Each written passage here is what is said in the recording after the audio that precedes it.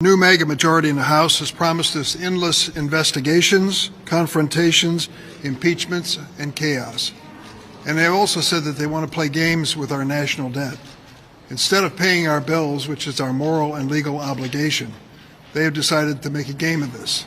The closest thing that the new Speaker has come to suggesting an approach he might follow is to suggest that he's going to eliminate wokeism from the defense budget. Class, do we have anyone who has a definition of wokeism for us here? Anybody? Anybody? Of course not. But it doesn't make sense to the American people, and it certainly doesn't address the responsibility which Congress has to pay our debts and get it done quickly. We are already suffering because of this suggested problem of passing the debt ceiling.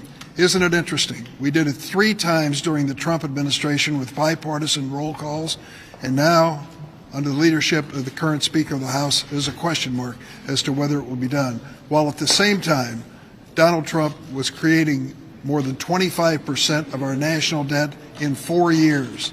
230 years of American history, the national debt, Trump added 25% to it in 4 years. So let's not pose for holy pictures when it comes to budget balancing. Let's do our constitutional responsibility and pass the debt ceiling. Hello, friends. Congress has just introduced new legislation, and top lawmakers in the House of Representatives and Senate are now reviewing bills, and these bills could make a huge impact on millions of Americans' finances. You may be eligible to receive a $1,500 inflation relief payment right now.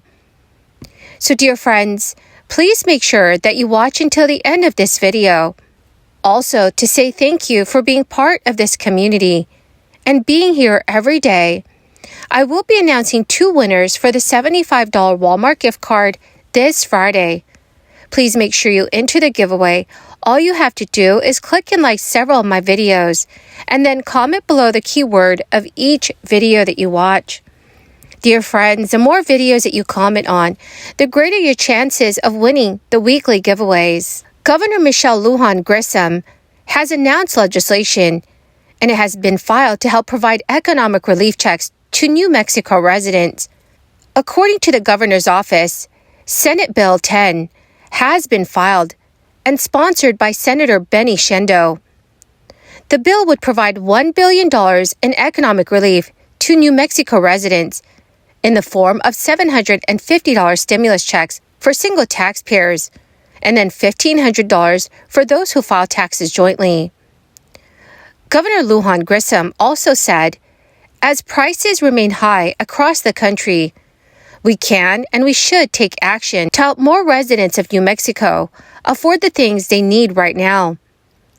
So if the bill is approved by the legislature, the money would be distributed by the Taxation and Revenue Department by this summer. Governor Grisham also says that she looks forward to working with the legislature to put money back in the pockets of New Mexico families.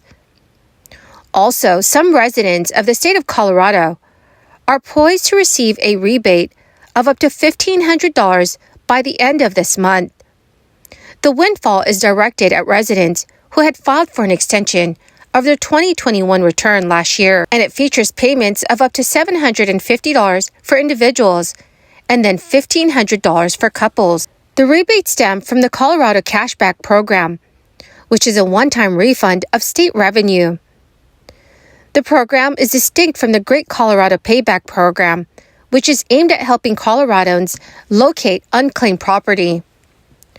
Democratic Governor Jared Polis signed a law backing the tax relief measure back in May 2022.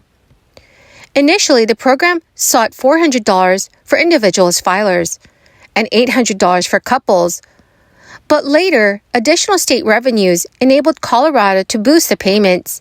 The move came because state revenues exceeded Colorado's limit and was intended to provide relief amid inflationary pressures pinching pocketbooks of households across the state. Also, Senate Democrat Joe Manchin is introducing legislation to eliminate a delay in adding new restrictions to the consumer tax credit for electric vehicles. The legislation takes aim at a Treasury Department move in December to temporarily delay the stipulations, which are expected to pose hurdles for consumers who want to get a federal subsidy for their electric car. Senator Manchin's proposal is unlikely to actually pass, given that it would require President Biden's signature. But it's the latest point in tensions that the West Virginia senator has with the current administration. The Democrats' climate, tax, and health care legislation that was signed into law last year expanded tax credits for electric vehicles, allowing consumers to receive up to $7,500 split across 2 credits from the federal government for a new car. But it also came with new stipulations. By the start of this year, 50% of the value of the vehicle's battery components would need to be manufactured or assembled in North America in order for it to be eligible for a $3,750 credit. 40% of the value of the minerals contained in a car's battery would need to be mined or processed in countries with which the U.S. has a free trade agreement in order to receive the $3,750 credit. In lieu of being mined or processed in such countries, the minerals could instead be recycled in North America to meet the second requirement. However, the U.S. Treasury Department in late December delayed the restrictions' effective date, pushing it off until March 2023. The law in question, known as the Inflation Reduction Act, says that the restrictions will take effect when the Treasury issues guidance for their implementation, which was supposed to happen no later than December 31st, 2022. So in a written statement on his new legislation, Senator Manchin called the Treasury Department's move unacceptable. Manchin said it is unacceptable that the U.S. Treasury has failed to issue updated guidance for the 30D electric vehicle tax credits and continue to make the full $7,500 credits available without meeting all of the clear requirements included in the Inflation Reduction Act. That is the end of my daily stimulus update video for this Wednesday. My friends, thank you so much for being here daily and for being part of this community. I will be giving away 2 Walmart gift cards this coming Friday. Friends, please make sure that you enter the giveaway by clicking and liking several of my videos, and then comment below the keyword of each video that you watch.